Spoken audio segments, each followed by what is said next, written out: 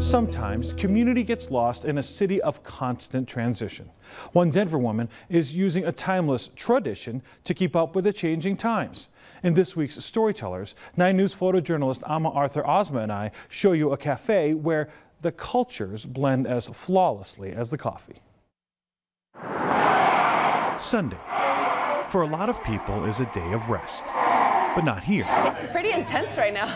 Where everyone is a little bit white. It's not your average coffee shop. Oop, there it is. In this cafe.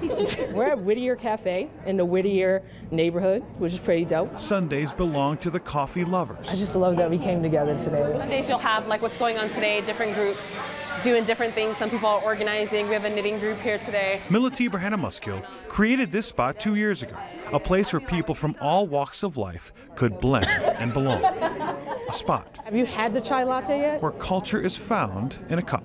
You need to try it. When I first found out about the ceremony, I was in heaven. So every Sunday we do a traditional Ethiopian coffee ceremony here. Right in the heart of North Denver, where Millete blends her two worlds, Colorado and Ethiopia. So you've got an outline of Africa with the Colorado flag, and then you have a star where Ethiopia is. A foreign idea. It's really for us to share our culture with the communities. To bring her community together. Whittier Café being here, it's mainly a blessing and a reflection of the beauty and the energy that we got going around in our neighborhoods in Denver. In Colorado, it's super hard to get cultural stuff sometimes, so I'm happy that this is accessible, that anybody can come. A weekly ritual here. This is definitely the opposite of instant coffee. Coffee ceremonies like this are part of daily life in Ethiopian households. It surprises me that people don't know that coffee was first discovered in Ethiopia, and it's so much a part of our lives in America, but we don't know that very small, simple thing. Tradition takes time. It's literally from start to finish for all 3 rounds. It's about an hour and a half. Very potent. It's the soul food of coffee. It's so wonderful.